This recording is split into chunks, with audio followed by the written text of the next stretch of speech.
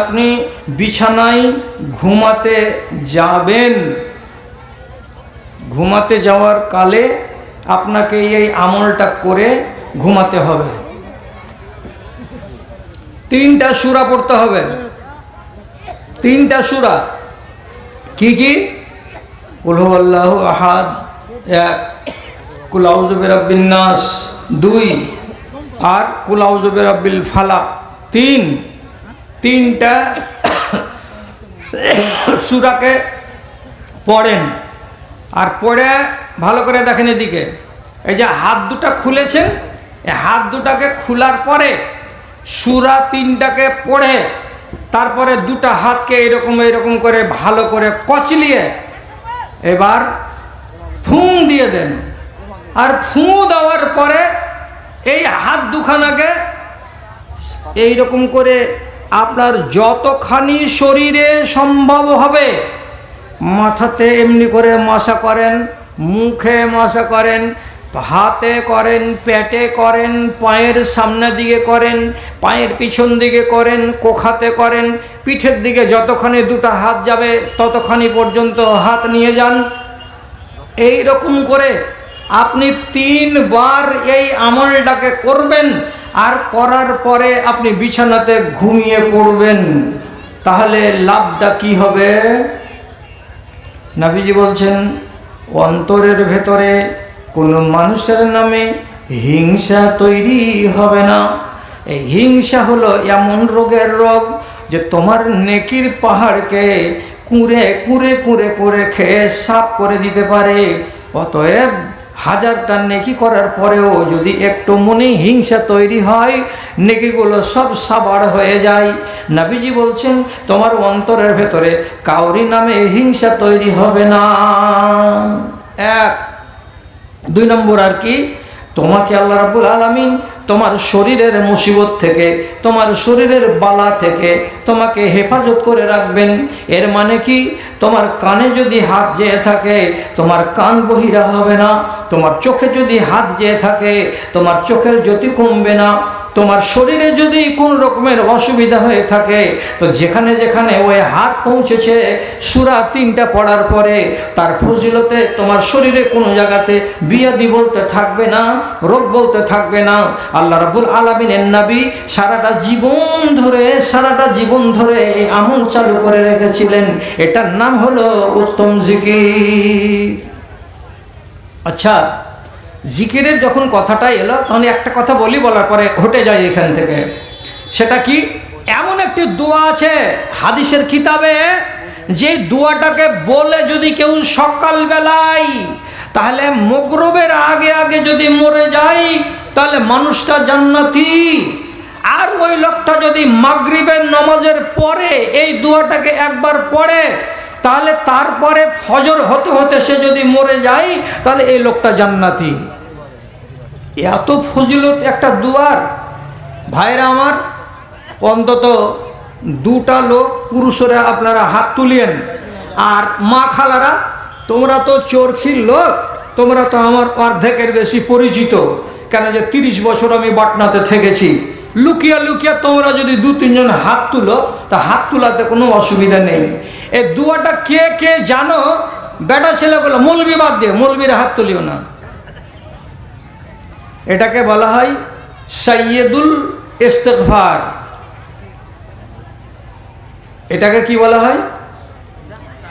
সাইয়্যিদুল ইস্তিগফার। তো এটা পারবে না, পাবলিককে আর কি বুঝাবো। আচ্ছা জায়গা 10 মিনিট পরে এটার ব্যাপারে একটু খোলাসা করে দেব। আর না হবে আপনার কোনো একটা ব্যবস্থা আমি করে দেবো ইনশাআল্লাহ। এবার আমি 3 নম্বর পয়েন্টের কথাটা কয়েকটা কথা বলে দিই, আর দেওয়ার পরে আমরা আমাদের ওয়াদা মোতাবেক আপনাকে আমি ছেড়ে দিই। 3 নম্বরে রসুল বলেছিলেন যে একটা সম্পত্তি যার কাছে আছে সে লোকটা সুখী। 3 নম্বরটা কি বলেছিলেন? এমন একটা স্ত্রী, যেই স্ত্রীটা আপনাকে আপনার ধর্মের বিষয়ে এবং আপনাকে আপনার দুনিয়ার বিষয়ে কি করে? জ্ঞান দেয়।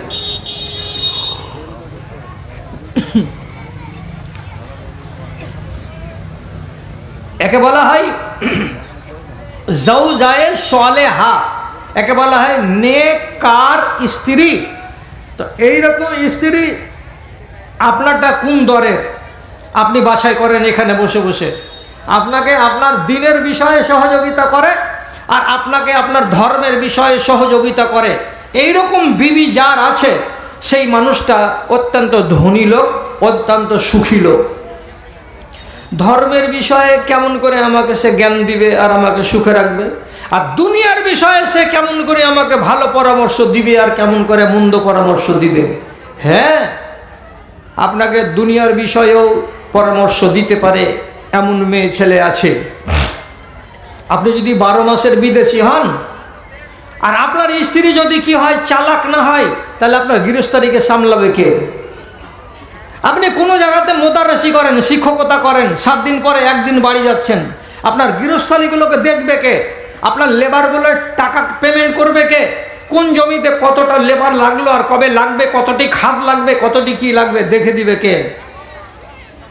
এই সমস্ত স্ত্রীদের হাদিসের ভেতরে গুণ বর্ণনা করা হয়েছে। এত লম্বা কথা বলার আমার কাছে টাইম নাই। তো দুনিয়াদারিতে যে আপনাকে সাহায্য করবে সে, আর আপনার দিনদারিতে যে স্ত্রী আপনাকে সাহায্য করবে সে। এই স্ত্রী যার কপালে জুটেছে সে লোকটা বড় ভাগ্যবান। কথা শুনেন, রাসূলুল্লাহর মতো একজন নবী তিনি একটা ভুল করে বসছেন। ভুল হয়ে যাচ্ছে, যেতে যাচ্ছে, ভুলটা হয়ে যাবে আর 10 মিনিট হতে গেলে। যেমন ফতে মক্কা যেদিন হচ্ছিল সেই দিন আবু সুফিয়ানের মতো লোক ইসলাম কবুল করার জন্য মক্কার বাইরে একটা খিমাতে রাসূলুল্লাহ আছেন, ওখানে তার বিবি হযরতে উম্মে সালমা আছেন। ওখানে গিয়ে আওয়াজ দিচ্ছেন, কি বলে? রাসূলুল্লাহ আছেন, রাসূলুল্লাহ আছেন। তো আল্লাহ রসুল বলছেন, কে ডাকছে? তো বলছে যে আবু সুফিয়ান আছে আর ওর সাথে আরেকটা লোক আছে, আপনাকে ডাকছে। তো কেন ডাকছে? তো বলছে আবু সুফিয়ান ইসলাম কবুল করবে তার জন্য আপনাকে ডাকছে বাইরে। আল্লাহ, আজ 21 বছর পরে ইসলাম কবুল করবে আবু সুফিয়ান, এতদিন ইসলাম কবুল করেনি। তখন আল্লাহ পাকের রাসূল বলছেন, লা হাজাতা লি ইলা ইসলামিহি, আবু সুফিয়ানের ইসলামের আমার দরকার নাই। আবু সুফিয়ান ইমান আনুক কিংবা না আনুক আমার কিছু যায় আসে না। আমি ঘরের ভেতর থেকে, খিমার ভেতর থেকে বের হব না, ওকে চলে যেতে বলো। আবু সুফিয়ানের ইসলামের দরকার নাই। অথচ আবু সুফিয়ানের বেটি উম্মে হাবিবা রাসূলুল্লাহর স্ত্রী, আর শ্বশুর একদিক দিয়ে আর আরেক দিক দিয়ে হলো ভাই, চাচাতো, 2 দিক দিয়ে 2 রিশতা। অথচ আবু সুফিয়ান এখনো ঈমান কবুল করেনি। উম্মে সালমা কি বলছেন? যেমনি রসুল বলেছেন এই কথাটা, হ্যাঁ, ওর ইসলামের দরকার নাই, ওকে চলে যেতে বলো, আমি বাড়ি থেকে, ঘর থেকে আমি বের হব না। তখন উম্মে সালমা রাসূলুল্লাহকে মিষ্টি ভাষাতে কাছে গিয়ে গায়ে গা লাগিয়ে আদর করে বলছেন, ইন্নাহু ইবনু আম্মিকা ওয়া শাহরিকা, হে আল্লাহ রাসূল, এই লোকটা তো একদিক দিয়ে আপনার শ্বশুর হলো, কেন যে আর বেটি উম্মে হাবিবা আপনার স্ত্রী, 1।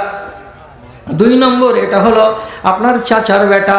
তো চাচার বেটা মানে চাচাতো ভাই, তাহলে মক্কার দিক দিয়ে, রিশতার দিক দিয়ে সে যদি চাচাতো ভাই হয় আর আপনার নিজের শ্বশুর হয়, তাহলে এমন মানুষটাকে আপনি কিসের জন্য তাড়িয়ে দিচ্ছেন আপনার দরবার থেকে?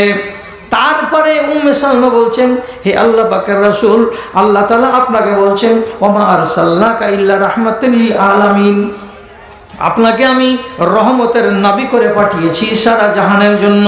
তো সারা জাহানের জন্য যদি আপনি রহমতের নবী হন, তো তাহলে আবু সুফিয়ানের জন্য কেন রহমত হবেন না? আবু সুফিয়ানের জন্য আপনি কেন রহমতের নবী হতে যাবেন? আমার বিবেক বলছে এই কথাটা, আপনি সবার জন্য যদি রহমতের নবী হয়ে থাকেন, তাহলে আবু সুফিয়ানের জন্য আপনি রহমতের নবী হন। ওকে তাড়িয়ে দিয়েন না, ওকে ভাগিয়ে দিয়েন না।